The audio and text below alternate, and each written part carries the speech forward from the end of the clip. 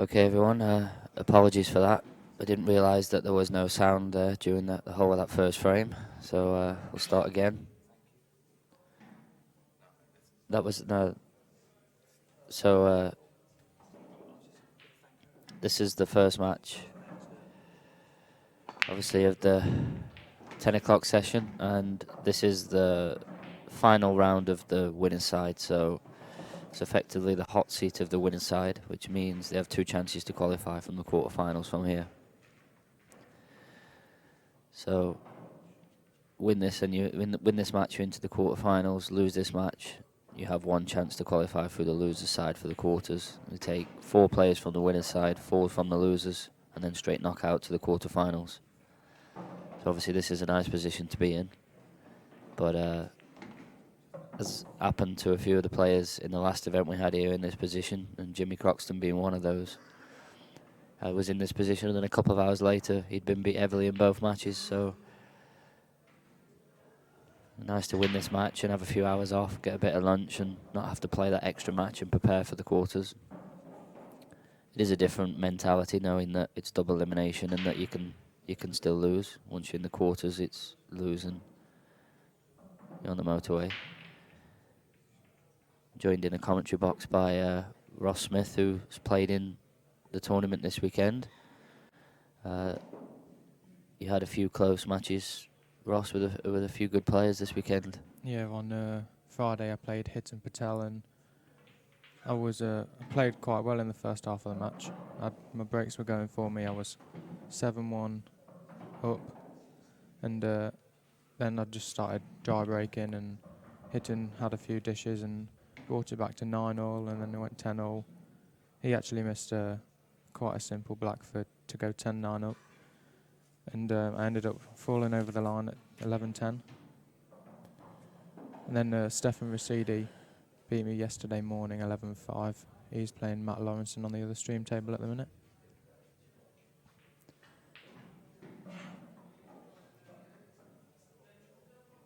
So this match here, Seb Webb, Josh Kane.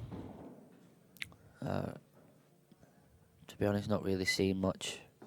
I don't really seen loads of either of these players, to be honest. But I do know that what I have seen, especially of Josh Kane, I'm a big fan. I think he's seems like a classy guy. I like the way he plays.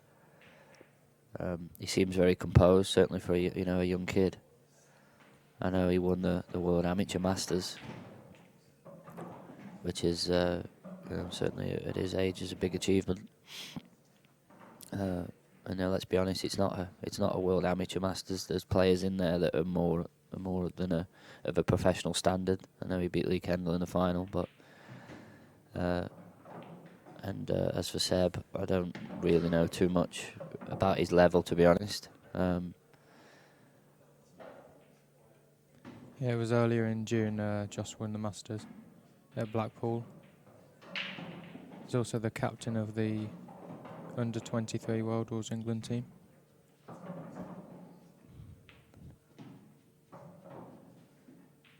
I know Seb plays a lot of black ball money matches as well.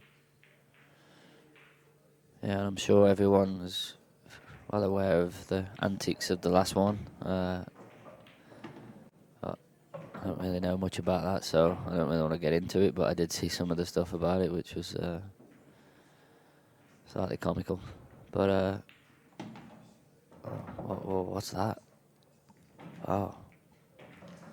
The shot before that Josh played when he was in a bit of trouble, he flicked off the red and pushed the black to there, which was a really good shot. He's blocked the black in the triangle of those reds.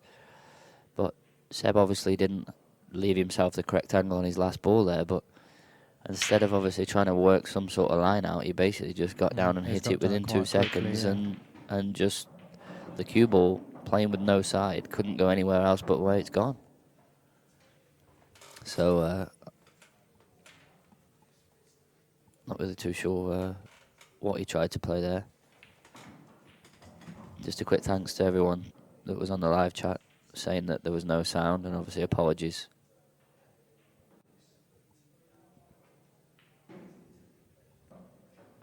Looks like he might just be able to hit this quite thin.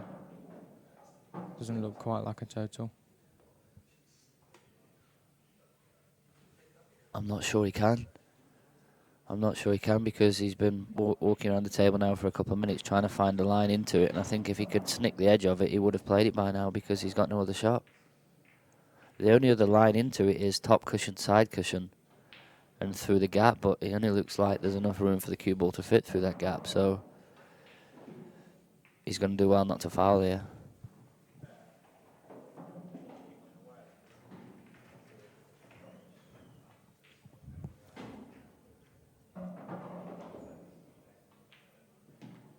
Might be going for it directly.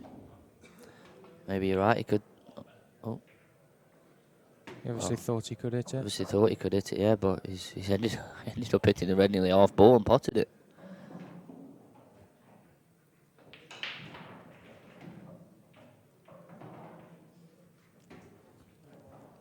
I'll expect Josh to take ball in under, which he has done. So, morning, Adam, and everyone else on the watching the stream. If you do have any questions for Ross or myself, then you can ask away, and we'll try and get through and answer as many as possible. Yeah, Adam said he thinks that Josh Kane has a very big future, and I think so too. I think he's. I think I like about him the most is his composure. He seems to be quite classy, and he seems to have a really good temperament, which when you're playing, well, any cue sport, but so you know when you're playing 8-ball where crazy things do happen, sometimes you have to have the temperament to deal with it.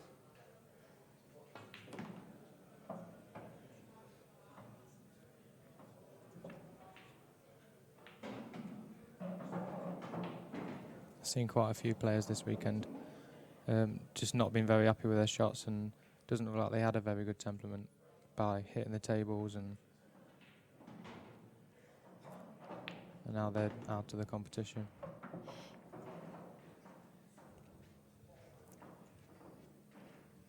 And I think it's how you deal with those mistakes, because everyone is going to make mistakes, and it's how you deal with them. And I saw a few matches that I commentated on yesterday on here that when somebody made a mistake, that sort of, they allowed that to set the tone for the rest of the match for them. And you know, if you make a mistake in the first or second frame, you can't allow that to obviously affect you for the rest of the match. And that is a big part of having a good temperament, to having the ability to forget about a mistake and play the next frame as though nothing's happened.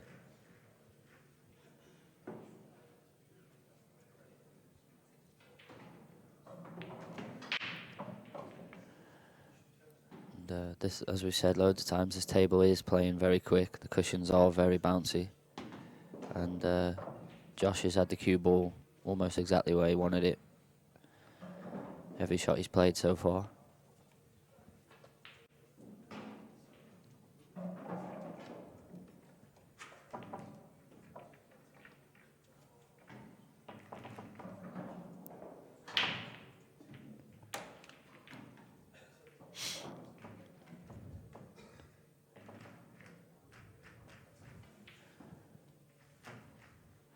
Match on the third stream table, which is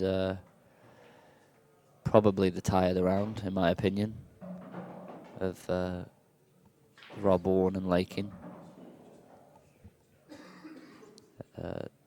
As you would expect, that's quite quick. They're on the fourth frame there already.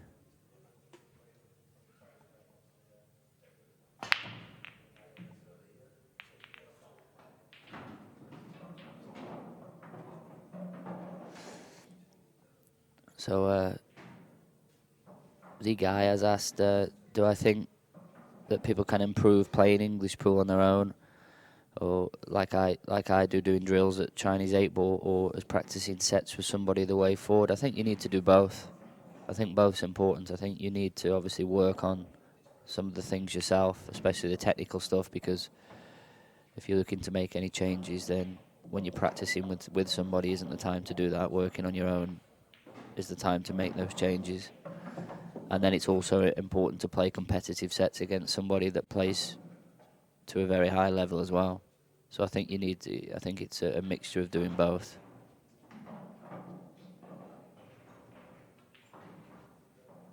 I think you definitely need to play in against competitors in tournaments to make sure you obviously your confidence is built and you play better under pressure, because you can't practice pressure when you're not playing anybody. No, there's no substitute for playing match practice, but the thing with the practice is that you need to get used to playing at a certain level, and when you're practicing with somebody that is obviously very good, you're going to get used to playing at a certain standard, and you're going to get used to only getting a certain amount of chances.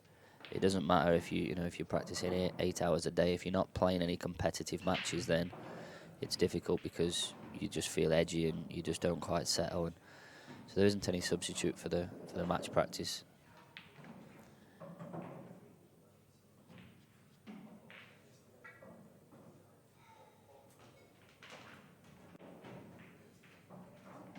So Adam says he's predicting Josh to win this event, and he's certainly going to win this match if Seb keeps missing balls like this.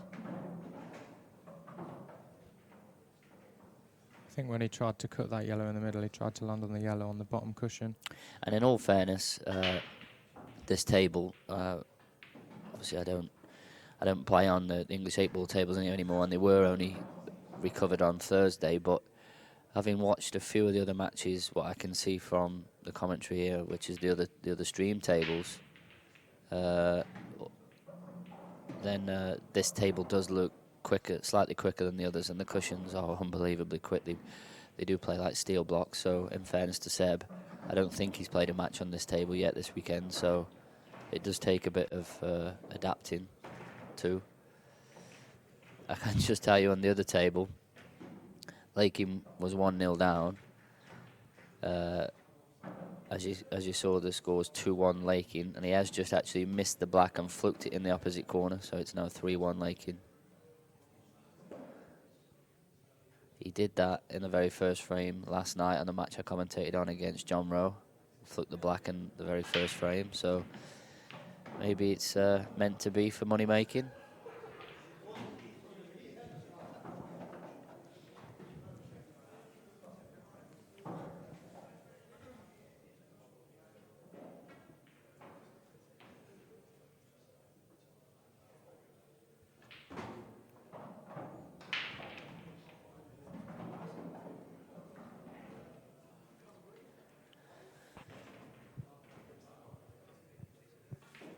So Seb gets another go at these, but they're a bit trickier this time than they were the first time, because the yellow doesn't go in the right middle now.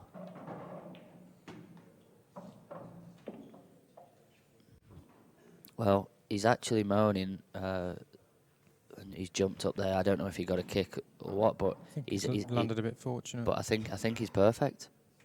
I think he can drop this one into the middle, come just side cushion just before the middle, and drop onto the one on the top cushion, and then take the one long last. He's going to have to take it now, I think. That was the line, and had he ever hit it harder, the white would have jumped out wider, and he would have landed on the one on the top cushion.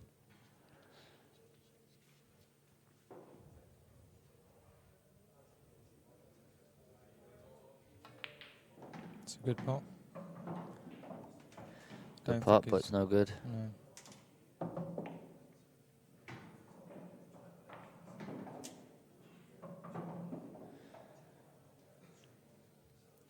So Wally has come on and said, basically saying, why is there a dress code of trousers and a polo shirt and shoes, and the player's allowed to wear a hat? And I have to be completely honest, I totally agree with Wally that it does look a bit bizarre, and I do struggle to take someone seriously that's playing in one of the biggest tournaments of the year wearing a baseball cap.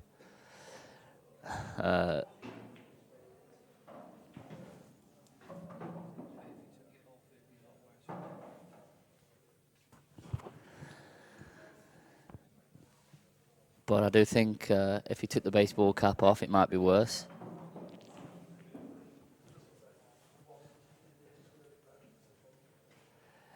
But no, I do completely agree with the point of it. Just it doesn't look right, especially when there is a dress code.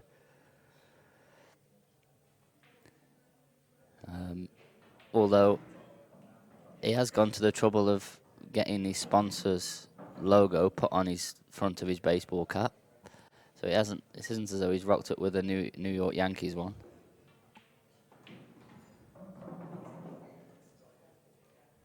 I think the cap's sort of a trademark for Seb because he wears a cap in all of his money matches that he plays.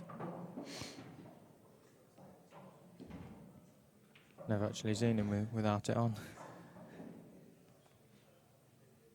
No, and I don't quite know how the look works if he was to play in a tournament where he has to wear a waistcoat. Maybe get a top hat.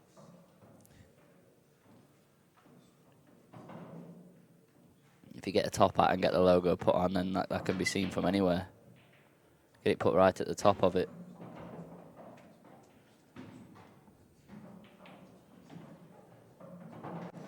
Can tell you that Lakin has a 9 out of 10 black to go 4-1.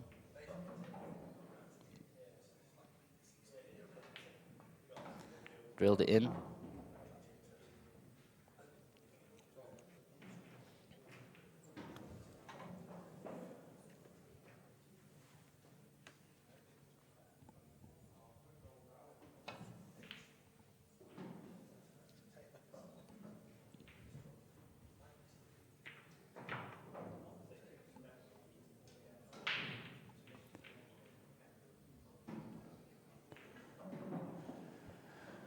Well, he did just put his hand up. Slightly fortunate that the Reds blocked it, but slightly unfortunate that he got a snick for the cue ball to just pop out. But even if he could see the yellow, he was still in all sorts of trouble. Not looking good in this third frame for Seb.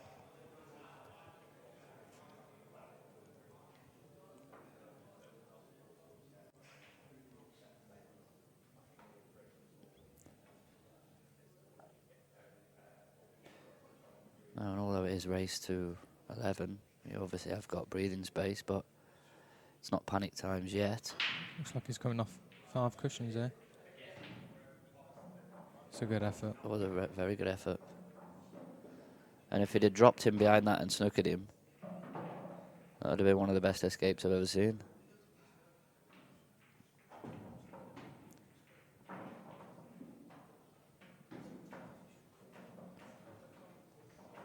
Yeah, and although it's a race to 11, it isn't panic stations just yet, but obviously you've got to be careful. 3-0, which it will be 3-0 in a minute.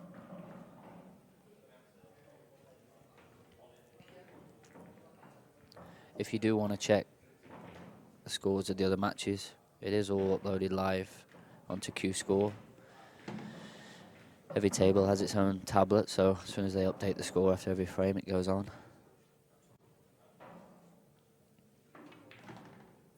Emma says Seb's better from behind. Well, I'll take your word for that, Emma.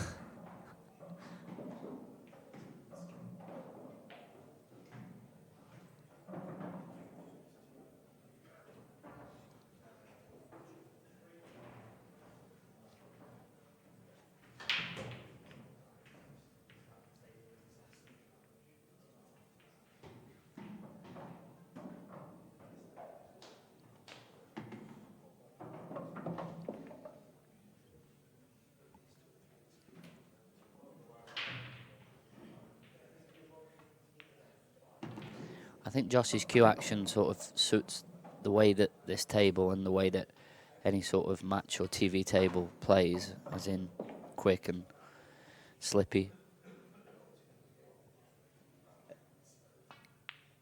He gets action on the cue ball, but by striking it softly, which is what you have to do.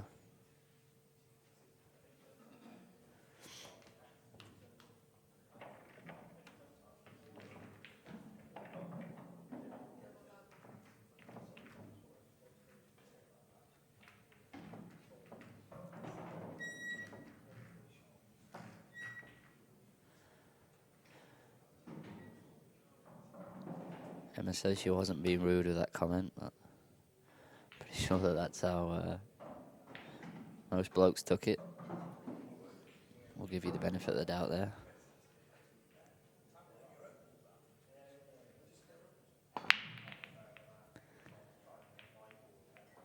So, oh, for gravity. Thought that'd be the first drive break of the match.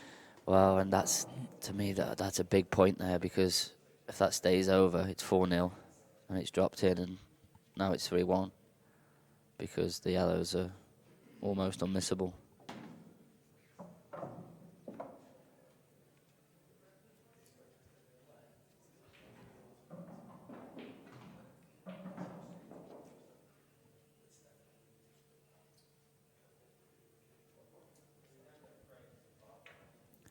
Yeah, Adam said the stream quality here on the IPA is second to none, and Beard do a fantastic job, the best around. And they will be covering all of our events next year and the new series. Just a quick shout out to one of my best pals, Ronan McCarthy, who won the tour this weekend. Massive achievement, certainly for an old goat, an old ginger goat that is. But no, he's had a bit of a bad time over the last few months, losing a few people that are close to him. So I know this win is probably sweeter than any of the others for him. So well done on that, pal.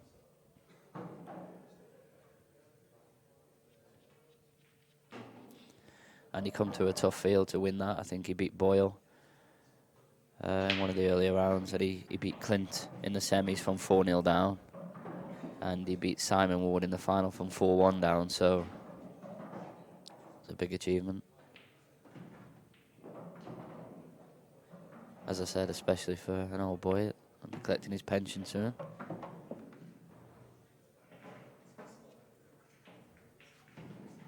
Fly out to China tomorrow morning for a tournament, and Ronan is actually playing in that tournament. It's going to be his first Chinese 8-ball event. There's the top 16 Chinese players and 16 international invites. Ronan is playing that. He did come over here for a few days at the start of the week to practice a bit. We actually played for 10 hours one of the days. Played 5 sets. Seb's overplayed a few shots in this match so far. I think he just needs to get used to the cloth a bit. He's absolutely all over the place, isn't he? And when I said that it was going to be 3-1 in a minute. Couldn't really, on this level, you can't really mess finishes up like these. To be honest, you know, he just sort of looks like he doesn't know what he's doing to me. These first few frames, I understand the table's quick, but if you're taking the balls in the wrong order to start with, then you're going to be in trouble. No, he's trying to pot his way out of trouble, but even if he pots this, where's the cue losing ball? the white again, I think. You know, even if he pots that, No, I mean, then that yellow doesn't pass the red into this corner because I'm sitting right behind it.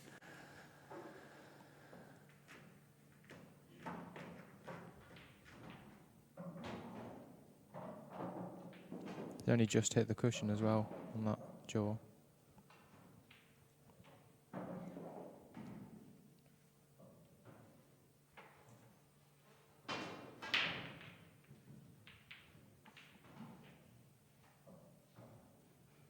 Seb had a great win yesterday when he beat the favourite Steve Petty in the winners off.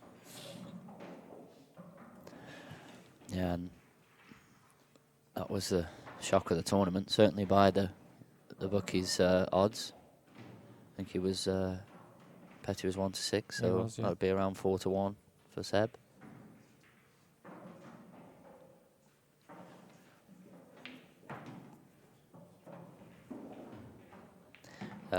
Well, he's asked there, do I use the cut break or hit the front ball? No, I hit the front ball. I've never, ever once cut broke at English 8-ball or the Chinese, and I personally think you should have to hit the front ball. I know people keep asking me the same question, so I have to keep answering with the same answer, but I think that you should have to hit the front ball.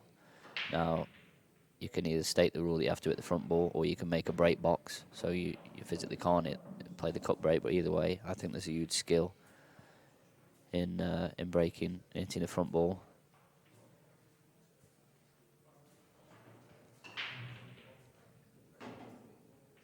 I think a lot of people have used the cut break in this tournament because, in these rules, if you're going off, which I think you're more likely to do if you hit the front ball, you can waste a shot and get all your bad balls out in one shot, and then you've got another opportunity to clear up. And in world rules, you obviously can't do that because you only have the one visit. And I think that the cut break has become so popular recently purely because Mark Boyle has had so much success, and he's developed a bit of a, well, it's still the cut break, but he hits the cut break harder than anybody's ever hit the cut break before and managed to control the white. And I think that's why a lot of people are using it, especially on the IPA, because it obviously works a lot better on those cloths. People coming on saying Jordan said he agrees that the cut break is a cop out, and it is a little bit. It's I absolutely hate it, and I think there's a huge skill in flushing the front ball and finding a combination of power and controlling the cue ball. It was something which was like one of my biggest weapons when I played English 8 ball was the break. And I worked hard in practice on it, of trying to control the cue ball. You've not got a God-given right to make a ball from the break, but you can just give yourself the best chance by hitting them as well as you possibly can and get balls moving.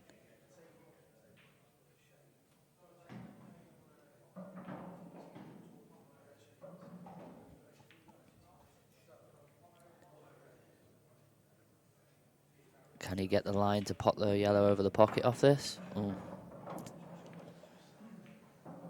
No. I think he's tried to come before the middle there. He's obviously over. He's hit the red thick. He obviously tried to pot the red in the corner, which would have meant hitting it thinner. And I think he thought he could come just before the middle and maybe play the skill shot onto the yellow over the pocket. But this is massive let off for Seb.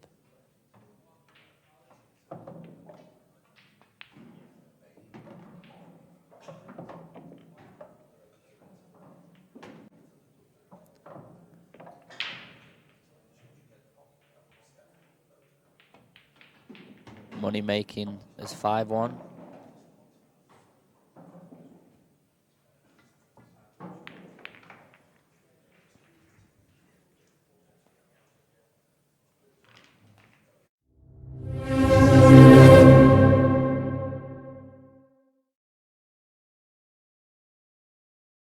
Tournament sponsor there, which is Holcroft Reynolds. They're a franchise, Reynolds in Stoke-on-Trent.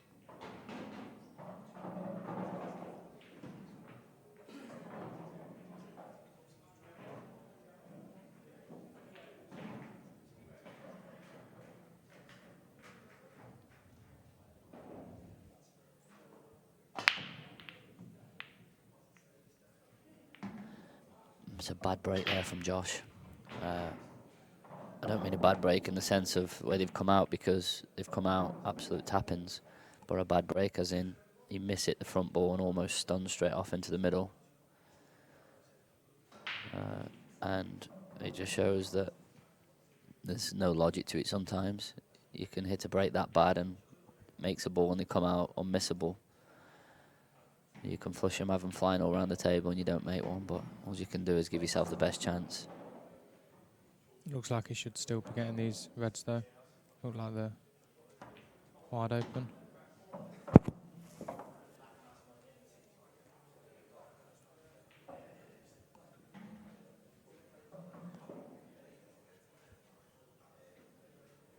Because of his temperament and how sort of composed he looks. And that is rare at obviously a young age, and I know for someone that's young, he is experienced, obviously has won, certainly one big tournament. Not sure about everything else. I'll grab hold of his player profile in a minute, but it is a big advantage having a good temperament, because yeah, he made a mistake in the last frame, and when your opponent misses, obviously it's 3-0, Seb missed the ball. When the balls are sort of in the middle of the table or your opponent misses, you sort of half count that frame psychologically. You know, Seb would be thinking, right, it's 4-0. And then when you lose it, you obviously have to psychologically deal with it. And I think his temperament is that good that if he makes a mistake, it won't affect him.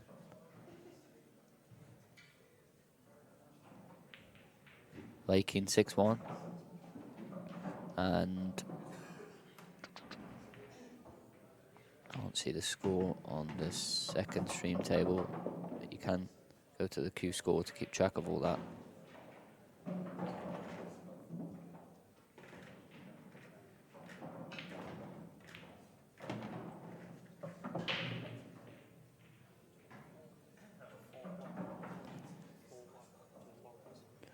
So I can tell you that Lawrence is 4-1. Matt Lawrenson is 4-1 up on the second stream table. Against Stefan Rasidi.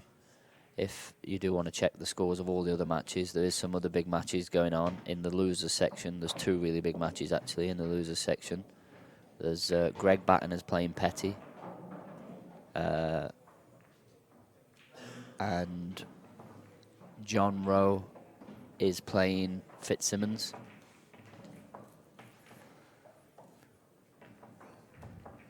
There's another good match in the winner's side to qualify. Alfandad and Nosco.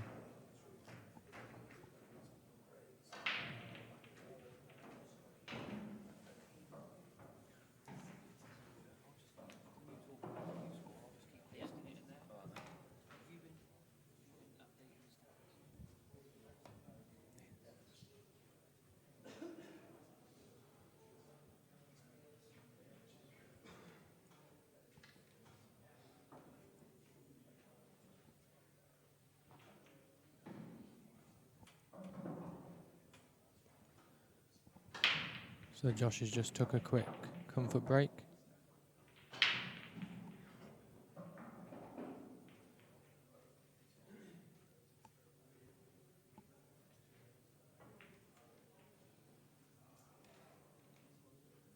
Quick look at the match stats.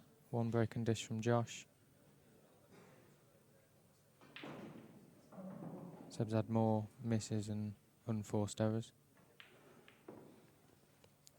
No one's broke dry yet.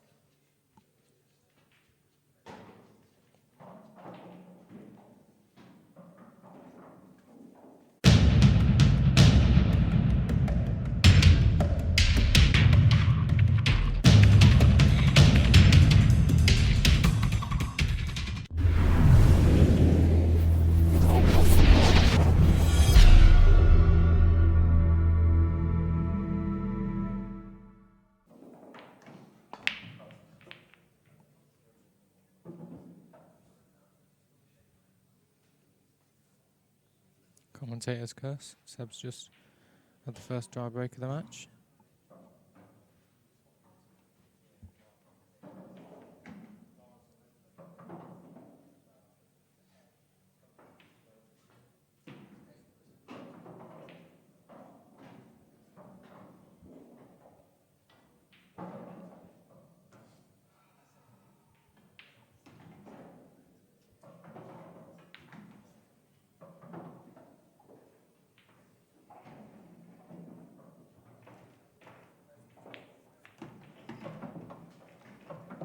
Josh has spotted 1 of each, so in these sets of rules he has to spot another ball to be on a colour.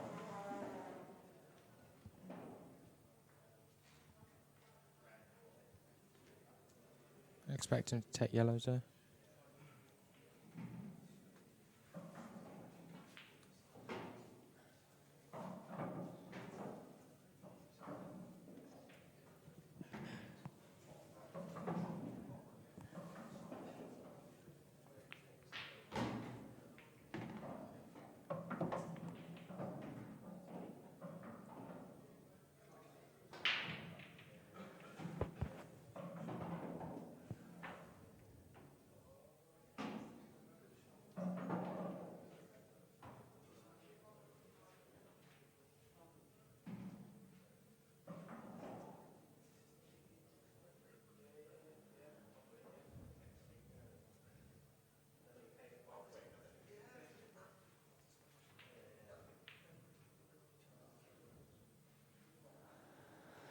Rob Warner's just missed the black.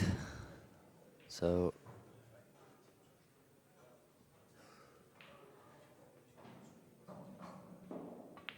Lakin is at the table for 7-1.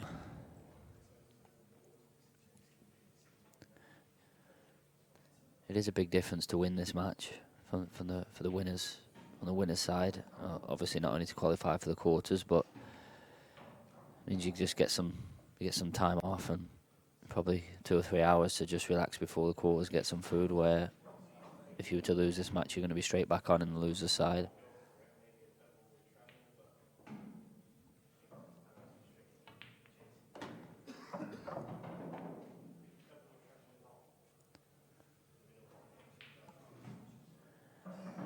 And just people asking about the statistics thing, and look, some of the events that we've done here are world rules, so the statistics sheet, the deliberate fouls on there just to cover that for when or if there is a world rules tournament, and they're just using that one. So obviously you're not going to see any on the deliberate fouls side, and it's just there because of the world rules stuff.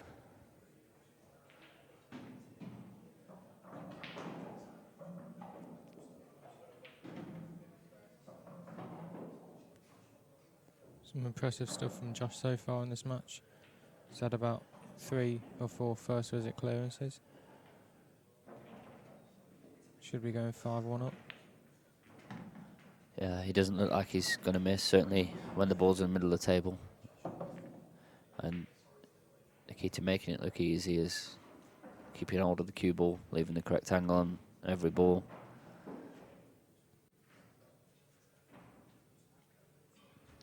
I think he's just going to stun this back and pop the black from down the sort of blue spot line.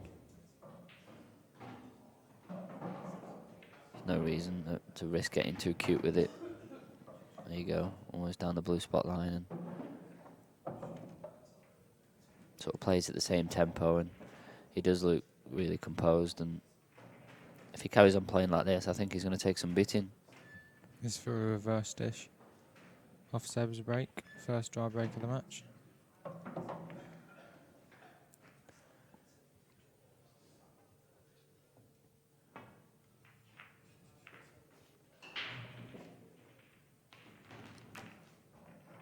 I've got Josh's profile here, and he is only 22, from Coventry. He's got some list of pool achievements, but obviously the main one on there is he's won the Amateur Masters. And he's listed his favourite player as Phil Harrison.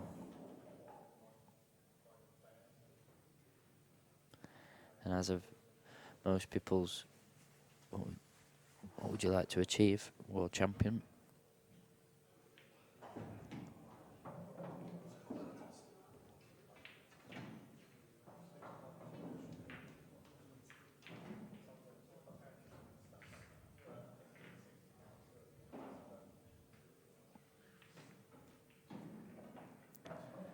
I just nipped out for a toilet break. And I think Seb needs to take the hat off and give his face a swill, because this match is getting away from him.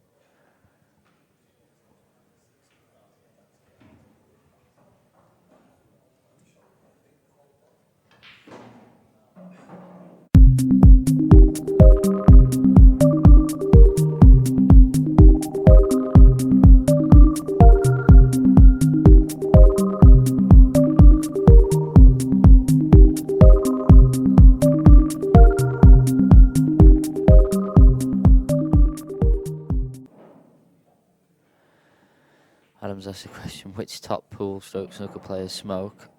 I don't know and I don't care is the answer to that one.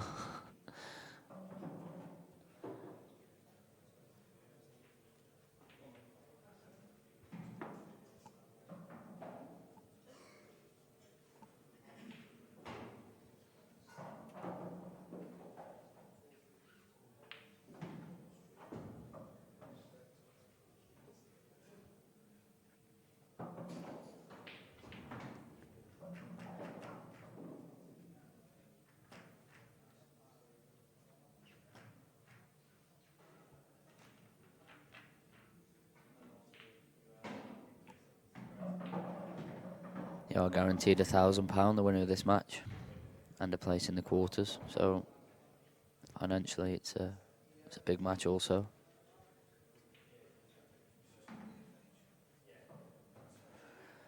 Not sure of the score with the Nosco Orphan Dad game, but every time they're playing on sort of next door but one table, and every time I look over, Max is at the table.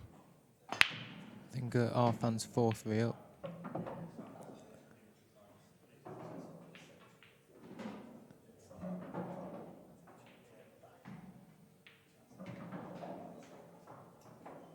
Max just potting the black for 4 each.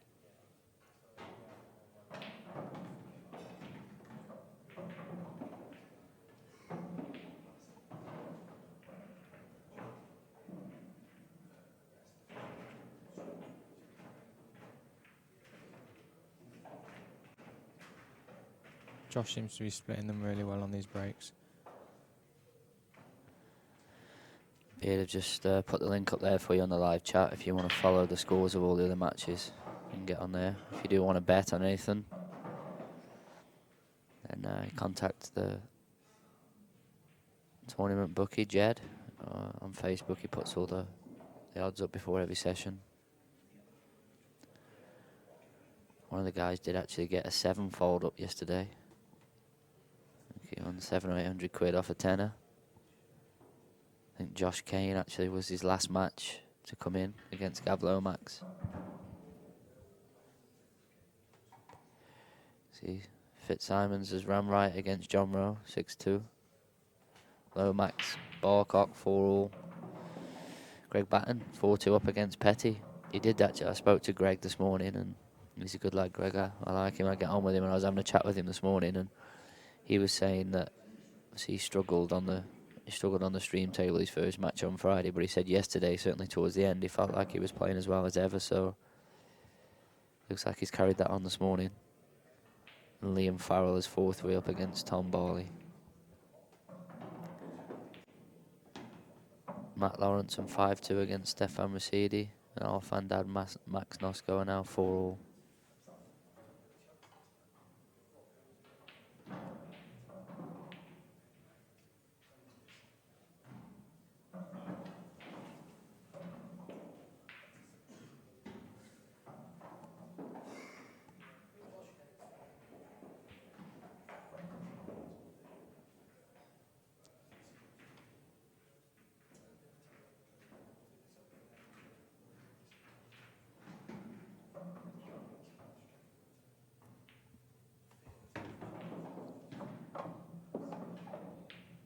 Adam's asked does Sal be practicing a club or at home and how much.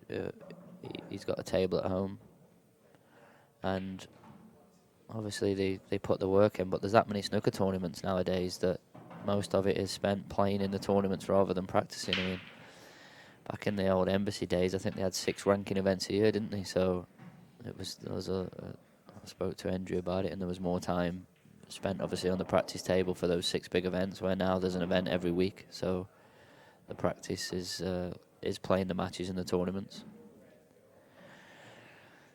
Josh has just missed the ball there, but in fairness, I think it was tight, and the reason he's missed it to the left knuckle as we look is because obviously I think it was quite tight past the yellow.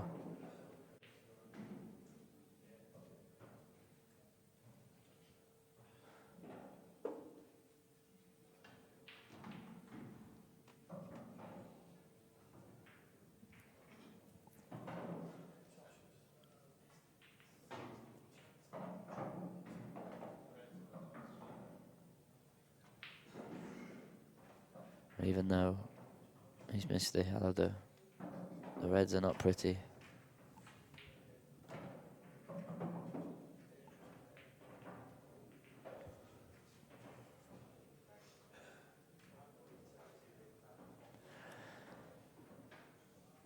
Adam said when he spoke to Burnett and Maguire, they said it was always better to play at a club because you get lazy if you have a table at home. Well, I don't think it's done Mark much harm.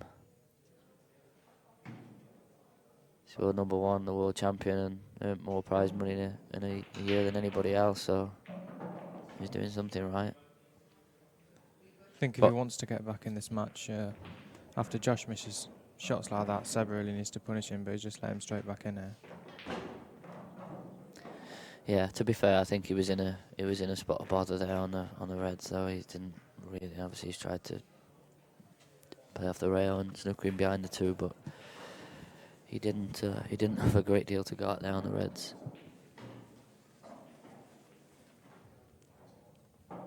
And he still won't have a great deal to go out on the Reds, even if Josh misses one of these balls, which I don't think he's going to. But no, I do know what Adam means there by practicing in the club. I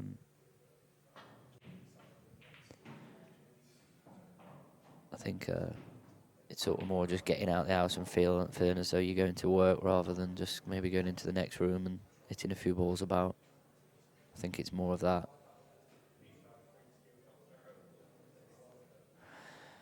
Yeah, and Phil's come on and said about like the quality of tables in the clubs. You can still obviously get the quality of any table in the club high enough, if you look after it and buy the right table. I know the table that Mark practices on at home is the table that he beat Ronnie on in his first World Final. He bought the table after the match.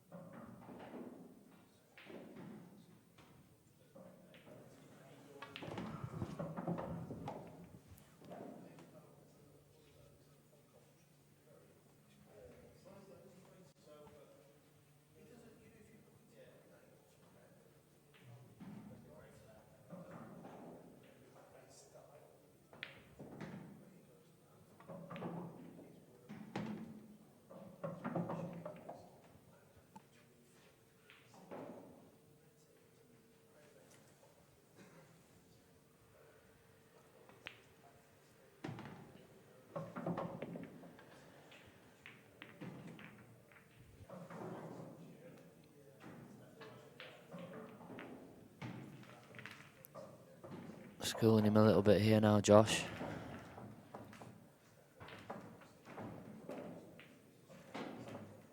Definitely looks in the zone. His rhythm never changes either, you wouldn't know by watching him around the table, whether he was 6-1 up or 6-1 down.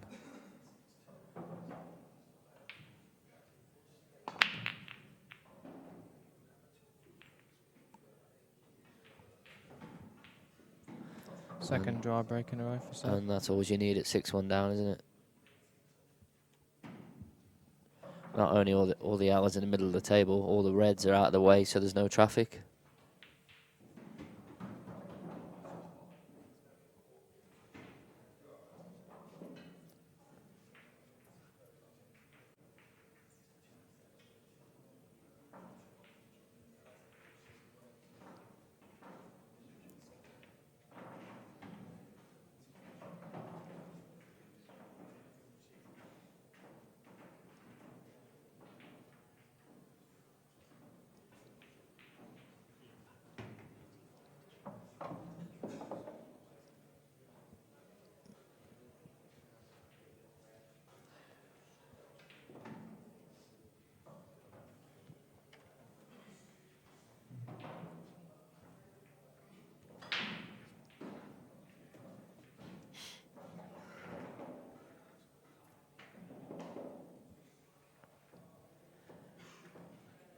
Even though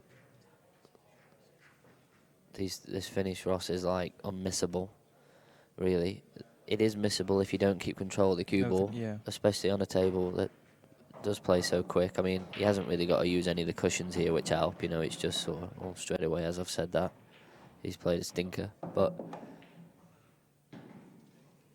if you don't keep control of the cue ball and keep the right angle on balls, if you do, then you can make even tough finishes look really easy. But on the reverse to that, if you don't, then you can make really easy finishes look tough. He's just going to have to try and clip this in the middle and hold on one of these two in the middle of the table, I think. I think he'll pot the one in the middle, and I think he'll definitely hold on one of the two, but it's controlling where the ball goes and where the cue ball goes. He doesn't want to knock the ball safe towards one of that ball at the bottom of the table. No, he's played it hard enough. And the yellow seemed to just dive to the right there. I don't know if it hit a finger mark or... Obviously there's no slate line because the slate's all in one piece on the English 8-ball table, so I don't know what that is.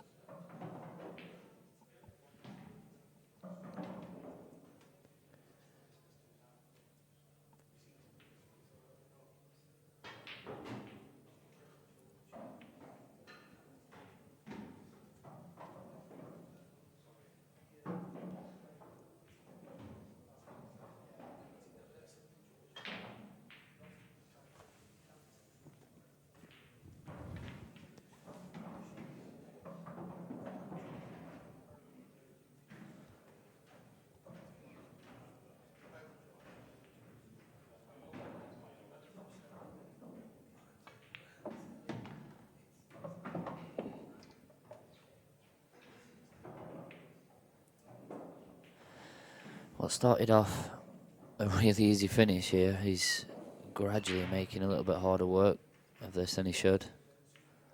I think he has to screw down for the one on the top cushion now off this. He should be taking the one in the left centre last. And he's over at this one now. Yeah, he is. I think I'd still have to take the same ball, but I'll have to take the other yellow in the bottom left. Or he may have to run into the yellow with the cue ball. It looks very thin, the one across the top cushion. I don't know if he can dab it in with left-hand side to play your shot, or he's going to have to just pot it in slowly. Oh, he's looking at screwing the one in the middle. In between the black and red? Well, or just keep it in the middle of him. So he's took his eye off the pot, watching the cannon on the black.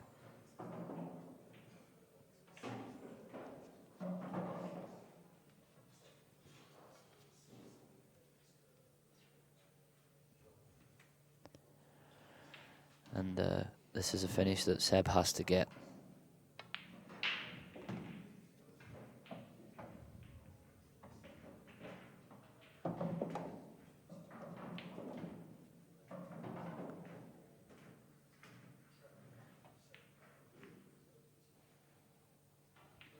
I was just about to say he's got to be really careful playing this shot, and he has. I don't know if he has, but the yellow might go off the red. He could have left a big pocket, and if he leaves a big pocket, which means he can play it hard and get down on the bad ball, but I think he's maybe got the red touching, which means it's not a big pocket.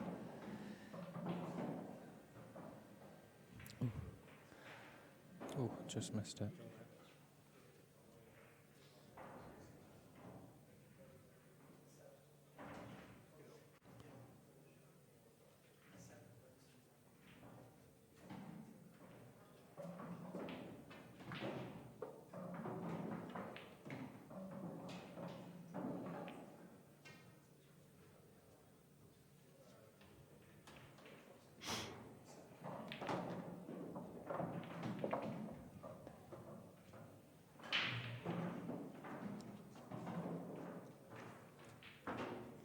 As it happens when you're behind and struggling, everything just goes a little bit awkward. But he is being a little bit careless, but he is falling a little bit awkward with angles on balls. He's landing straight and stuff where he's having to just do a little bit more work than he should. Everything's going in off the knuckle as well, rather than into the middle of the pocket. Seb's definitely playing a lot quicker than Josh is.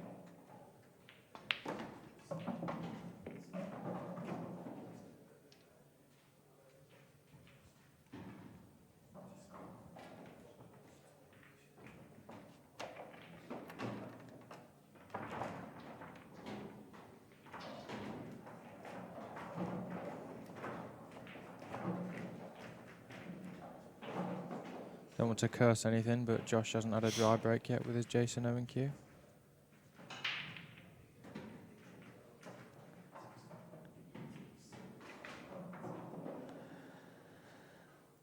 Greg Batten, 6-2 up against the pre-tournament favourite.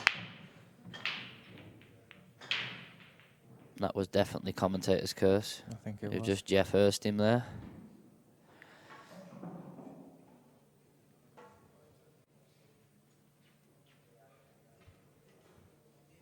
A little bit of work to do though.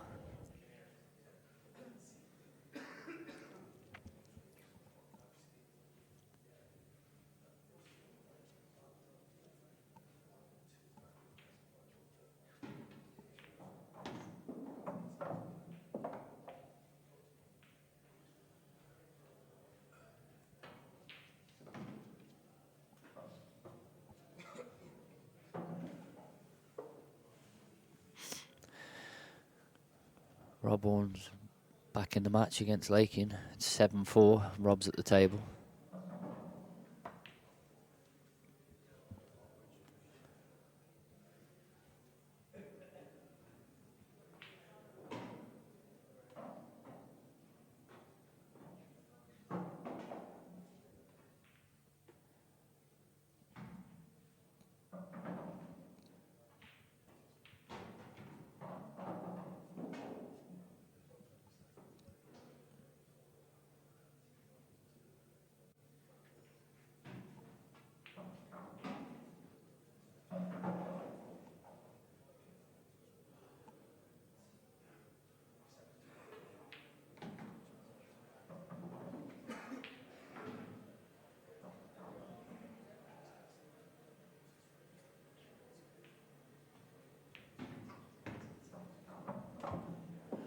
Stood up off that as though he'd got a kick.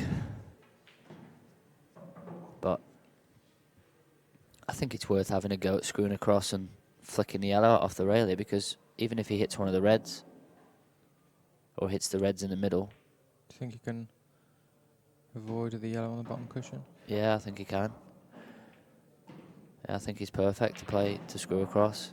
Do you think he's going to screw straight up Yeah, into them? screw straight into him like that.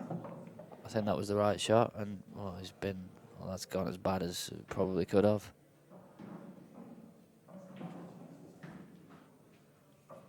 He has got a shot, the one that he's closest to. He can double it into the corner, Top corner, yeah. and if he gets that, he wins the frame. I think he has to play it. Otherwise, I think it's just you die a slow death. I think you have to just play the double into the corner. I think at some point he's going to have to disturb the yellow on the black as well, because I don't think that goes to the left centre. No, but he's got a big pocket on the one in the middle I don't think he intended to pot that. to play the red. The yellow in off the red.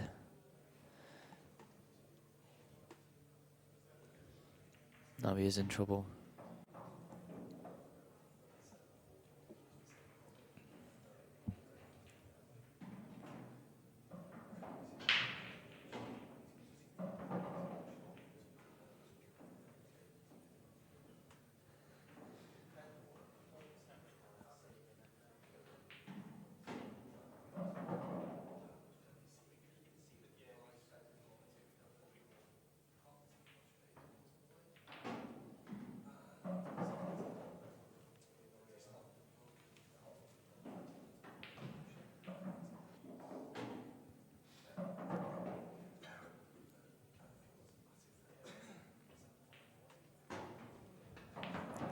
I think he's just lined up, playing that yellow off the bottom cushion and the side, off the red in the middle, and splitting that up.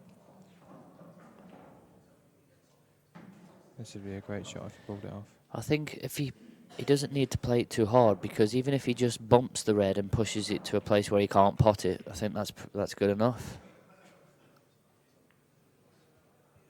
That's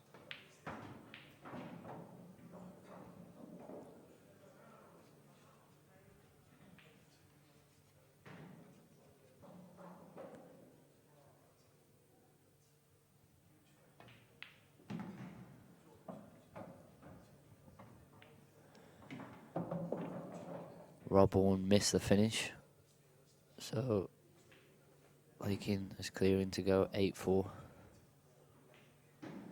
The off-hand dad Nosco game is close. It's around 5-all. The reason I'm just telling you those is because those are the ones from the winner's side. If you want to keep track of the others, just get onto qscore.com.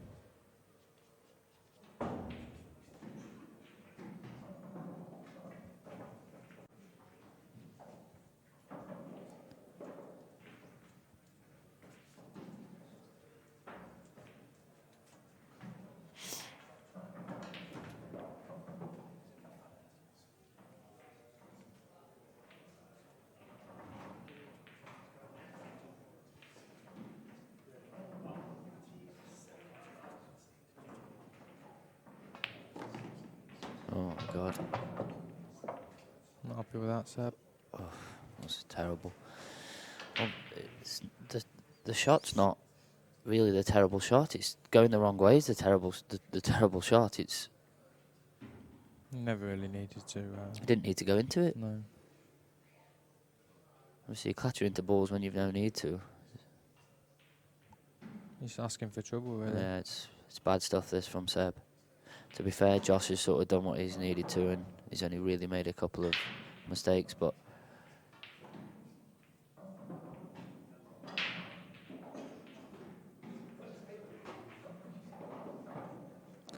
obviously today's a new day, because yesterday he beat Petty by quite an heavy scoreline, and judging off this performance, I really don't know how he did that. No. So he obviously is a better player than he's playing here. I think his potting game must have been a lot better yesterday, because I spoke to Steve after the match and he says he had 6 breaking dishes. Yeah, and the problem, it's okay potting the balls, but if the cue ball's on a bungee rope and you're taking the balls in the wrong order, there's only so far just potting the balls can get you. Having said that, Josh has played the worst shot of the match. For him, anyway. Don't know if he will have to try and cut this in the middle now and possibly hold on the red for the yellow in the opposite middle.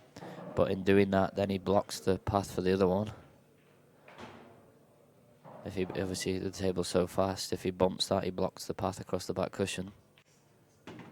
Going to try and land on it in the middle of. Well, this is nowhere. No. He's okay. He's okay. He can pot the one in the middle. Go top cushion, side cushion, and drop on the one on the top cushion. He's got to get on it pretty Relatively straight. yeah, and he should be able to land in either the corner or centre bag.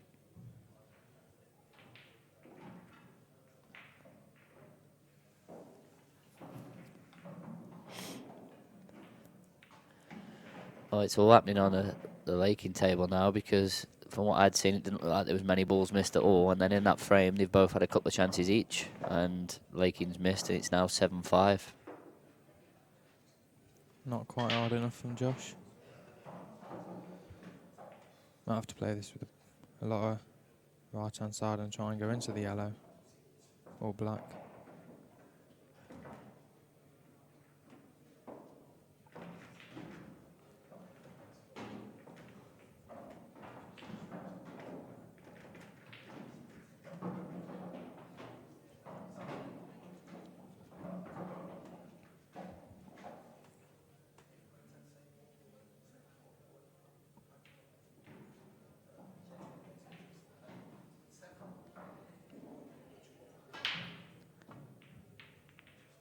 Good shot. Good shot. Good shot, and a little bit unlucky because, well, he's obviously got the easy yellow into the middle, but he's dead He's on the straight, cushion as and well. he's on the cushion. So I don't see what he can do if he is dead straight, other than just drop it in and settle for the double. Maybe he's got a slight He's got a tiny angle, but I think he's going to end up having a thin cut in the left corner.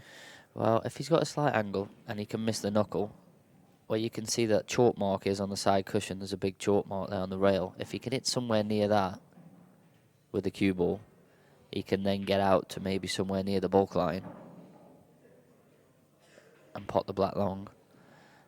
Oh, I don't know if he's got that much angle. As long as he misses the knuckle with the cue ball, if he tops forward, the closer he gets to the knuckle without touching it obviously means that the easier the black will be.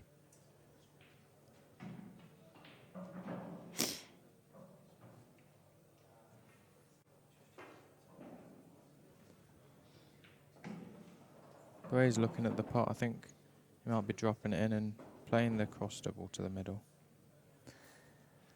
My pal here, Paul at Beard, is pointing at the screen and he's spotted a shot. He wants him to go all around the houses. Top in and out of bulk. Yeah, I think he's going to play the cross double in the middle. I think he did have the angle to play my shot, especially, you know, with the lighter cue ball, it jumps out to the side. Is he looking at the thin cut to the left centre?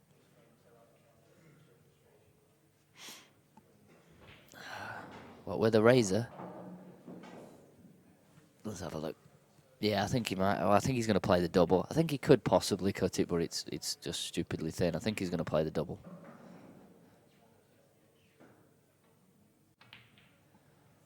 Good finish. It's a good shot. Well, he made it look like a world-class finish. When he started out, he had cue ball in hand with 5 balls in the middle of the table, and that's what can happen if you don't keep hold of the cue ball. But he got there in the end. Some match stats for you.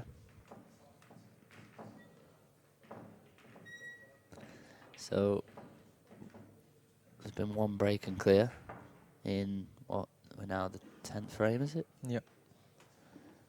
And Josh has had one off Seb's break as well. Missed balls, 2 each. I don't know if Ross has been a bit kind to him there and forgot to stick a few on.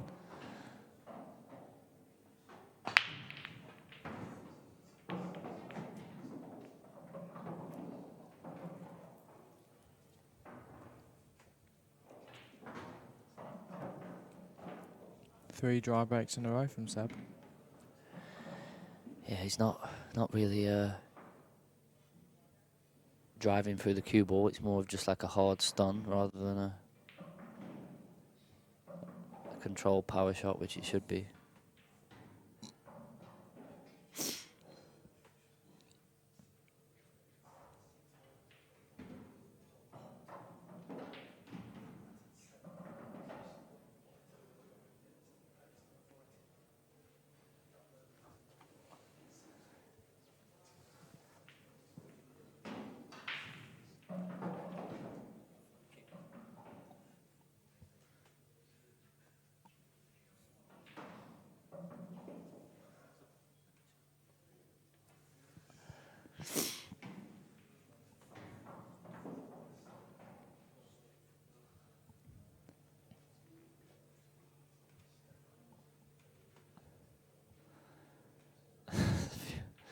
A few comments coming in on the live chat. I think it's really important to keep it on point, ladies and gents.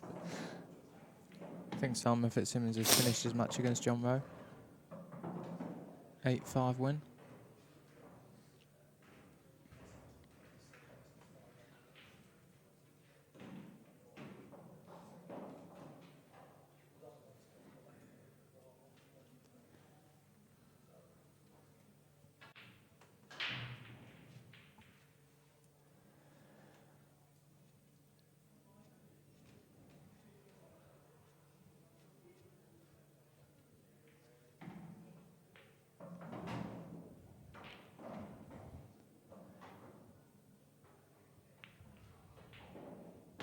Shot. And if he's got the angle here, I would screw back, having potted the yellow side that he's obviously closest to, and just play a little screw shot off the edge of the red, which then means the black then goes in the corner. Yeah.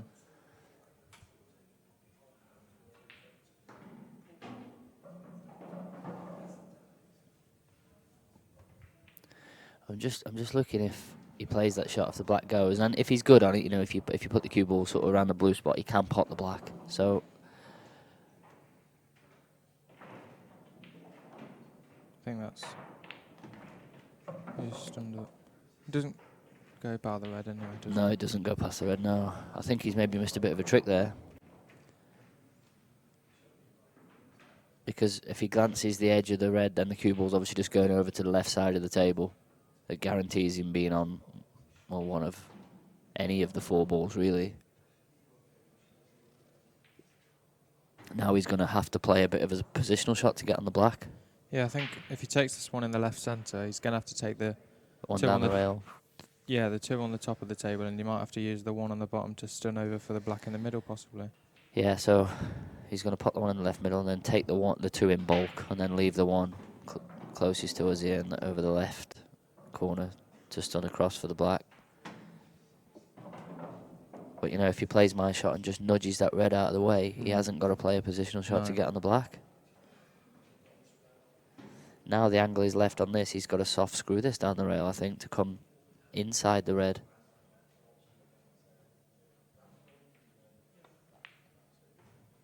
Yes, and that was the problem.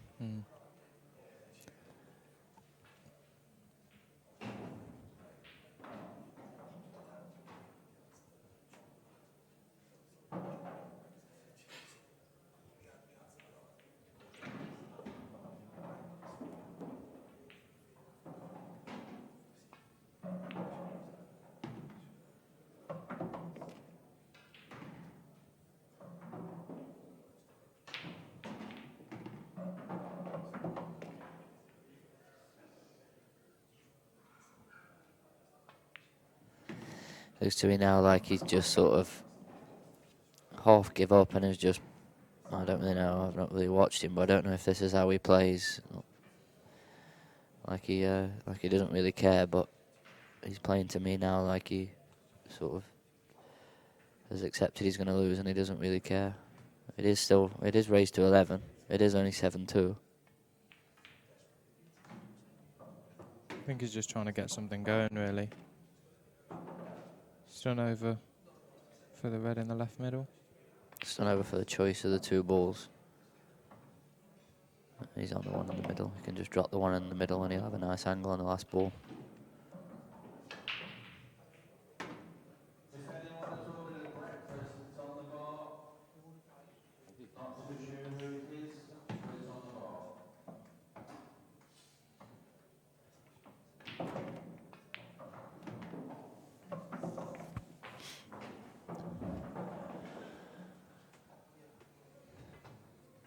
I can tell you Rob Warren is now 7-6 against Lakin from what was 6-1.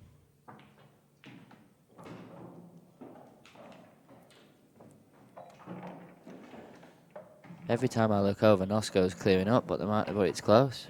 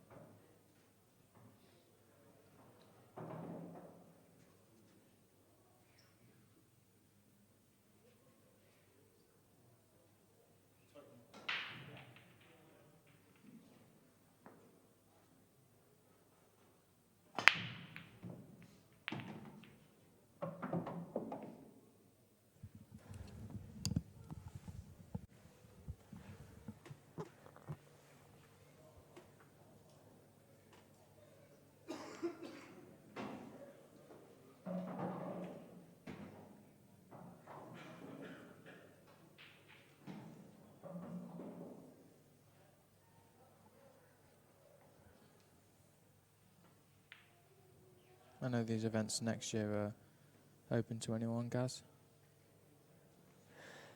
What's that, sorry? Lee's doing 5 events here next year, isn't he? The Ye- Players Series. yep. I know he said that anyone can enter them, even professionals. Yeah, it's completely open, which is the way it should be. People asking now in the chat that wonder which players are going to enter, and I think you'll probably find that most of the top players will enter. I'll be surprised if many don't. Do you think you'll be entering? Yeah, I'm going to enter, yeah.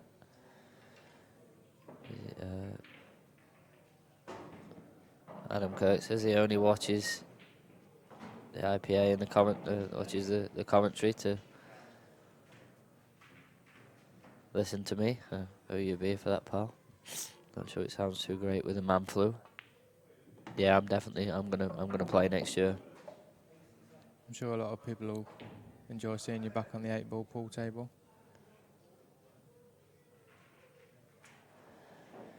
Yeah, and obviously the objective would be to try and make 3 out of the 4 events. Try and plan that around the China stuff. To qualify to be eligible for the grand final, which is going to be 40 to the winner.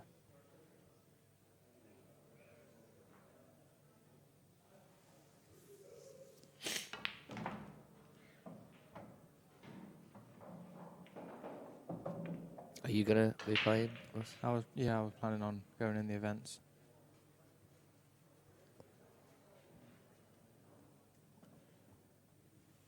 Definitely a good experience, I think.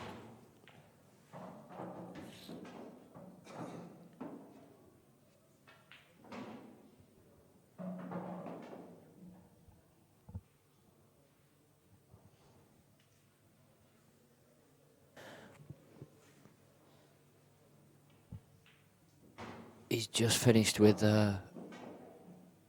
quite a lot of angle, and there is a shot there, but it's tough. He can pot the red that's next to the black, play a little half stun shot past the yellow off the top cushion, side cushion, and then land on the red into the right corner.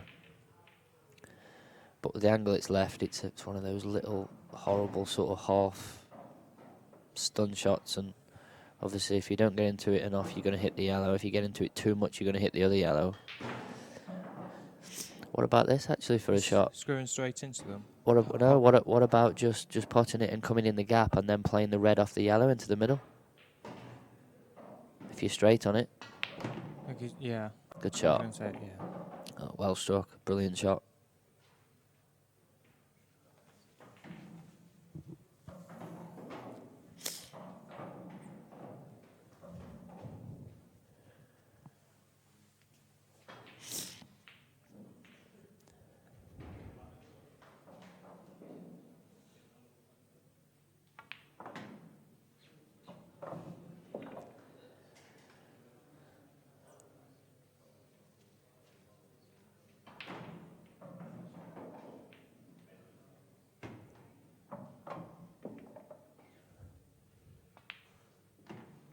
Second break dish of the match for Josh.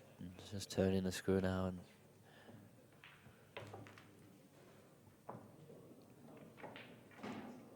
Seb's obviously played bad and made a lot of mistakes, and Josh has punished him.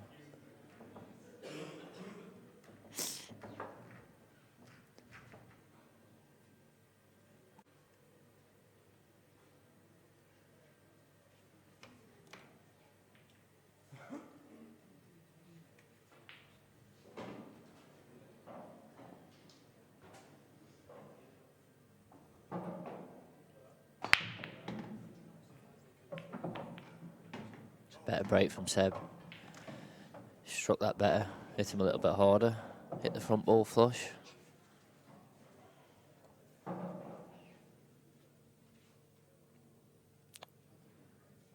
He's going to go yellows.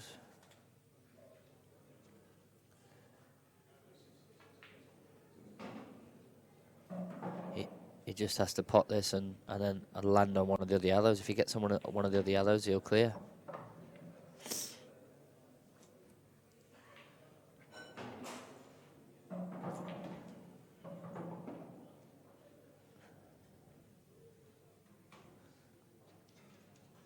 got a thin one to the middle or a thin one to the corner. I'm not sure if he can get by.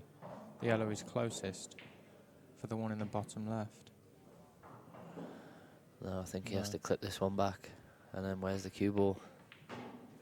All around the houses again. And It's just rolled back a bit there, I think, the one. I was just going to say, like, when it's bad, it's really bad, but I think he can pot this.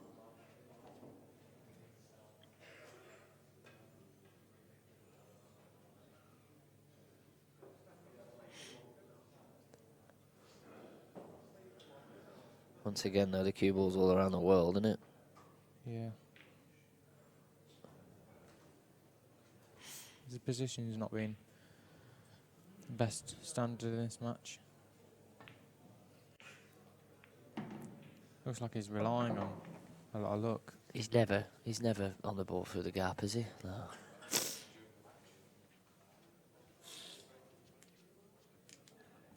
He's just got this thin cut, and it looks like he might have to come twice across the table in between the black and red.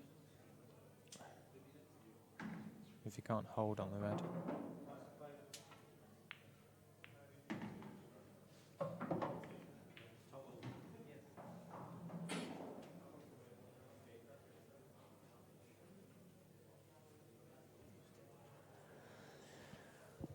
That's because, Matt, there's only commentary on 2 of the matches.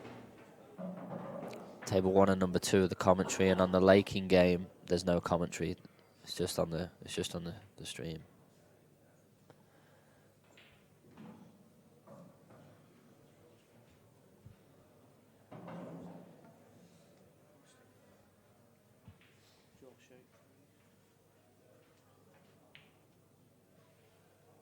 Cavalomax has just won 8-7 against Matt Barcock.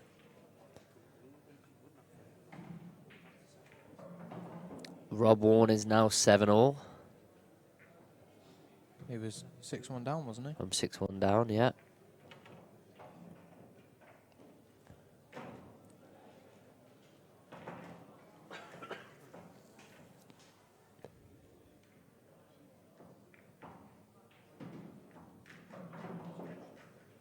He's got a lot of firepower, Rob. When he gets it going, He seems to get going a lot in the second half of the matches. I was playing next to him when he was playing Jordan Church. Seb just flew Wow, that. Jesus. Where did that go? I missed it. Came off 2 cushions and potted it in the middle. I think that's the only way Seb's going to get one of these half-tricky clearances at the minute is if he flukes one. Yeah, I was saying I was playing next to Rob when he were playing against Jordan Church, and he were 4-1 down. Here we go. Sorry, just have a look at this again. Obviously, that is in slow motion.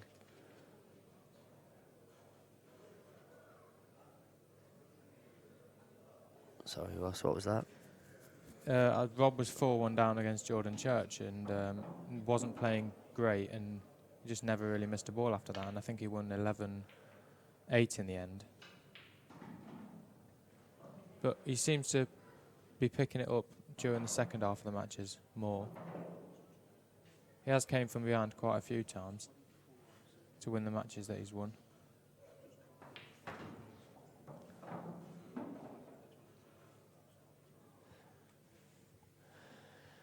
I think Josh wants to take the one down the rail now because he can go side cushion, and play it as almost a shot to nothing. So he can get the cue ball on the line that covers the black, should he miss this. Like that, look. It was a shot to nothing. And now it's 9-3.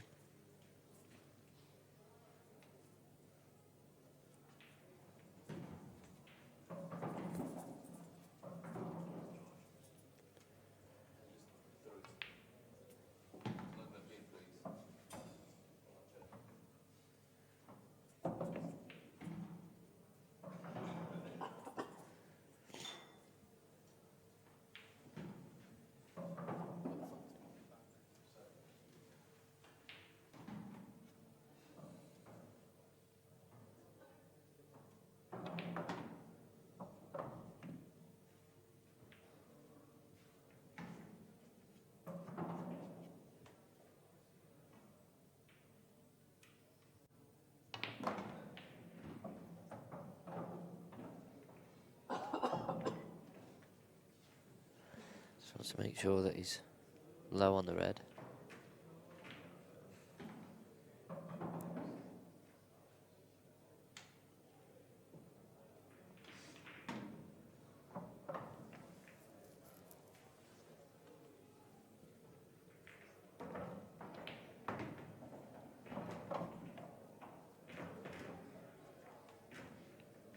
He always walks around and checks the potter now. Yeah, checks the line from the object ball side first. He does that on almost every shot.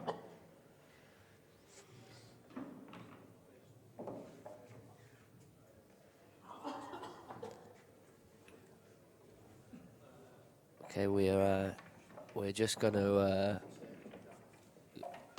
cut.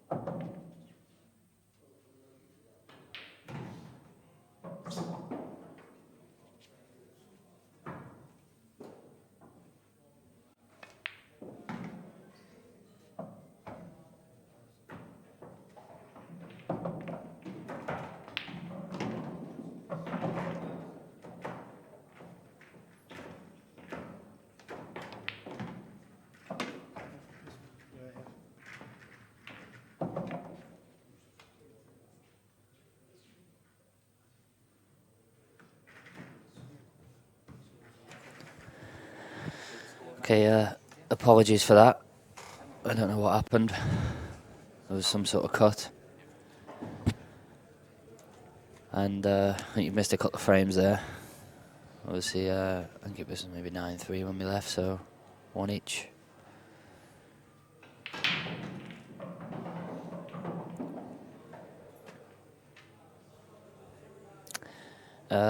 Adam's asked about the quarter-final draw, and I'm not 100% sure. I presume it's the 4 winners get drawn against the 4 players from the loser's side, but I'm not 100% sure on that. I'll check that for you, Adam. Well, the 4 people from the winner side and the 4 from the loser side just go into a pot, and I think it's randomly drew after that. All right, so there's not, so there's no benefit through coming through the winner's side. No. I think that probably should be the case, to be honest. I think there should be some benefit coming through the winner's side, and maybe you could do it where they go into 2 different pots and the winners get drawn against someone from the loser's side, and then it is just a straight draw then from the quarterfinals drawn out to the final. Matt Lawrenson's beat Stefan Rosidi 11-4. That's a big shock. I think Stefan were definitely the favourite before that match. I can tell you that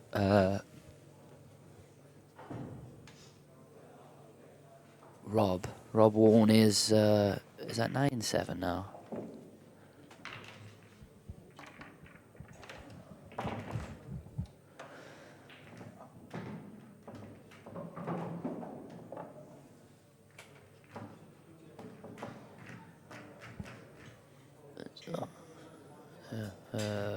Oh, it's 8-all. Oh, sorry, he was 8-7 down. No, it's 8-all.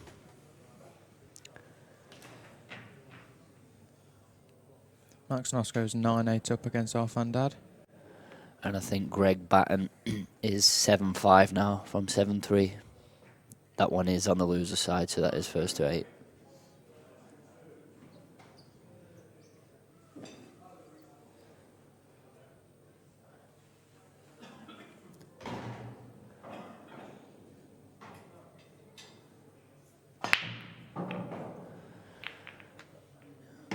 Josh Kane flat racks himself there. Makes a ball. But his first shot's not pretty.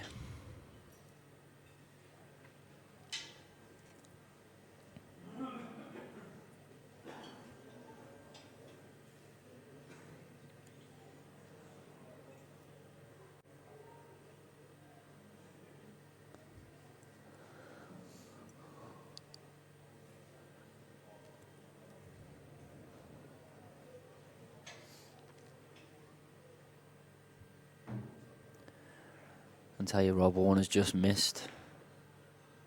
And then Lakin has just missed. So, getting a bit twitchy towards the back end of that match. I can just see now actually Lakin has missed. And he's been lucky he's left Rob glued to the back of one of his balls, so he's got no shot.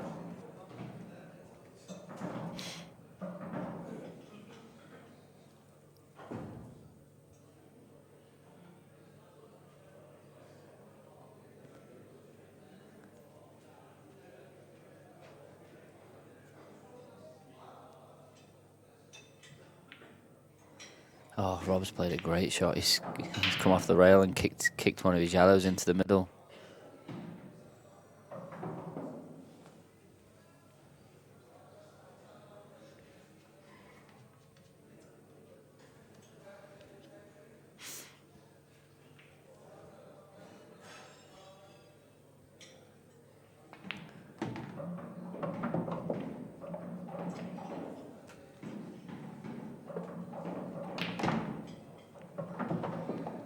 Well, this is just completely careless. He's playing too quick for me, I think. He's playing too quick and he's playing the wrong shots, and he's playing, when he does play the shot, he's actually playing it wrong, as in, like, there he should have been trying to top into the red. I presume he did. He's obviously come off the top cushion with left hand side. I think he needed to play it with right hand side to make it go through first.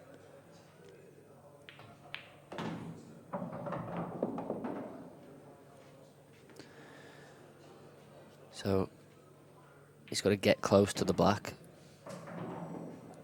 and it's not easy. The only way he can get close is if he jabs this in and leaves himself dead straight on the one in the corner and then screws on and off this top cushion. He can get close that way.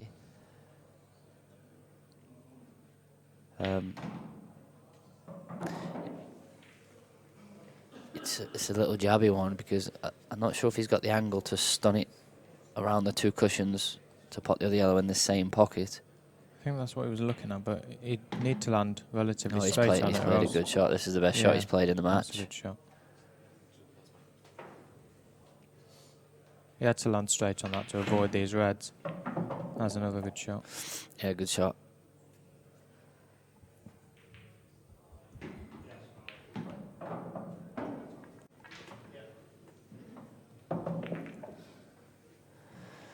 Rob did get that finish.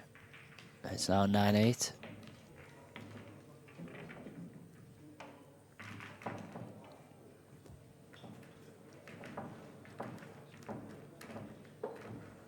From 6-1 down to 9-8 up.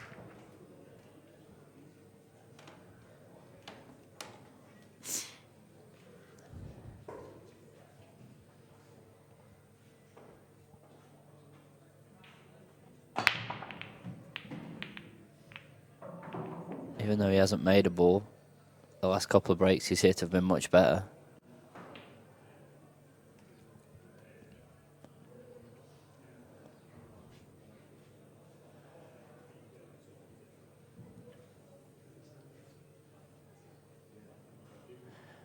I think Josh would like to go yellows here, but he hasn't got an easy starter ball.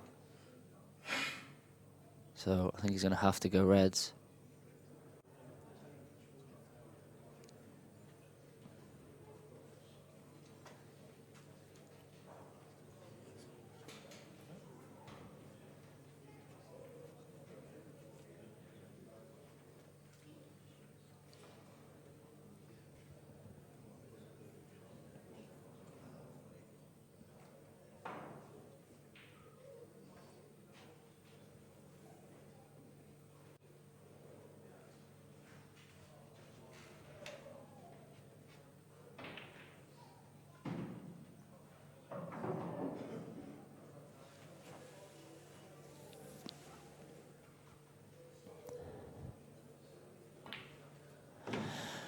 Petty is at the table over there. That is 7-5. So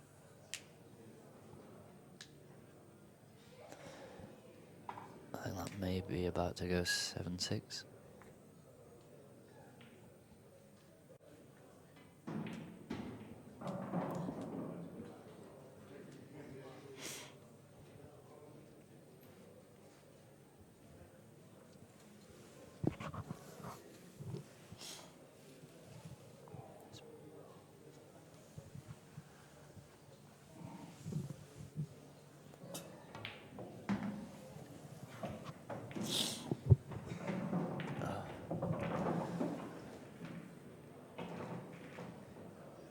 Seems to have left a good angle here on the ball in the middle.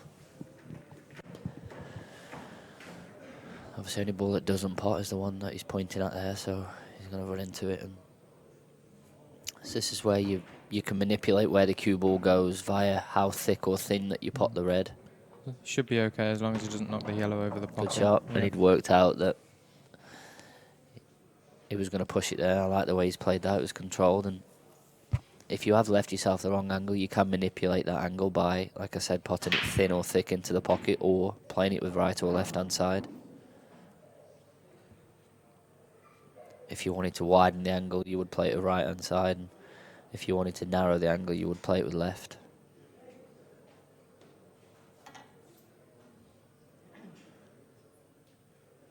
Would you be playing on this ball on the left-hand side just now?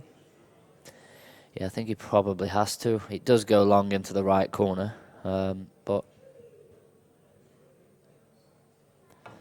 does it go in the middle off the yellow? Let me have a look. I'm sitting behind it. No, it doesn't. I think he's probably came that way because if he just topped it through, it would only have an angle to come down towards these other two reds, and he doesn't want to lose position.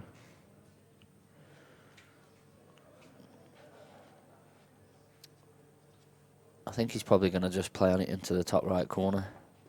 So pot this, run through, land somewhere near straightish.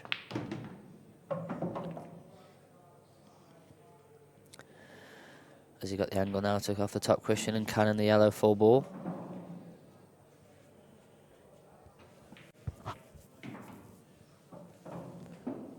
He's looking at still Just- potting it in the screwing corner, behind it. but I think he may have too much angle to hold that, maybe.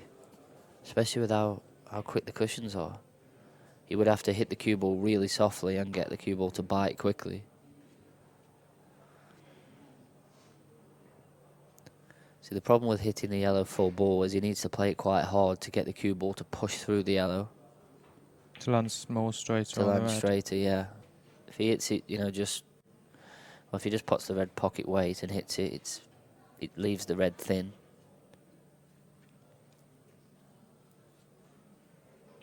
I think when he potted the one he just played, I think he could have maybe just potted it and run through and landed straight on the one across the back cushion, and then just, because the black obviously goes into the right middle, it goes into the left corner, I think, and if he lands an angle where he can top into the red, it goes into the right, into the yellow, it goes into the right corner. So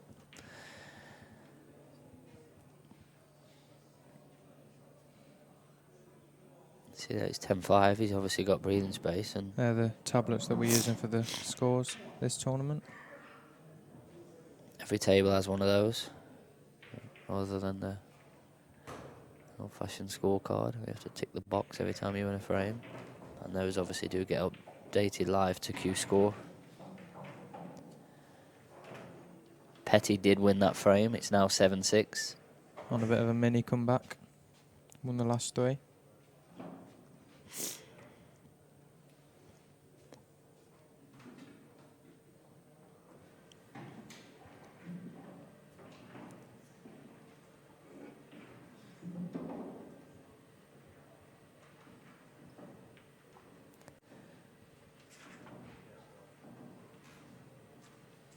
I think he'd have to be unlucky to not have some sort of shot if he plays the cannon into the yellow that's on the black spot. He's screwing around two cushions here. It's worked out well. Well, he's just put his hand up to apologise, but so he obviously didn't try to cannon into the yellow, but I think that, having looked at it, it was a calculated way to go, because if he cannons it, he lands on it. If he misses it, he lands on it in the corner. The bottom left, yeah.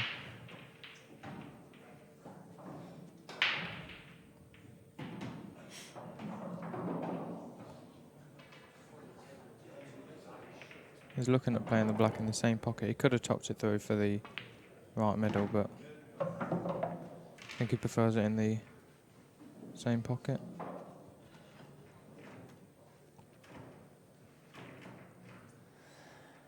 Yeah, well, that says start the car. That's it. Game over. Congratulations to Josh. That's him into the quarterfinals. Let's give it a bit of the high five there with whoever it is that's with him. Seb's not out. That's him into the loser section, so he has one more match to qualify. We'll be back on here shortly with the next match.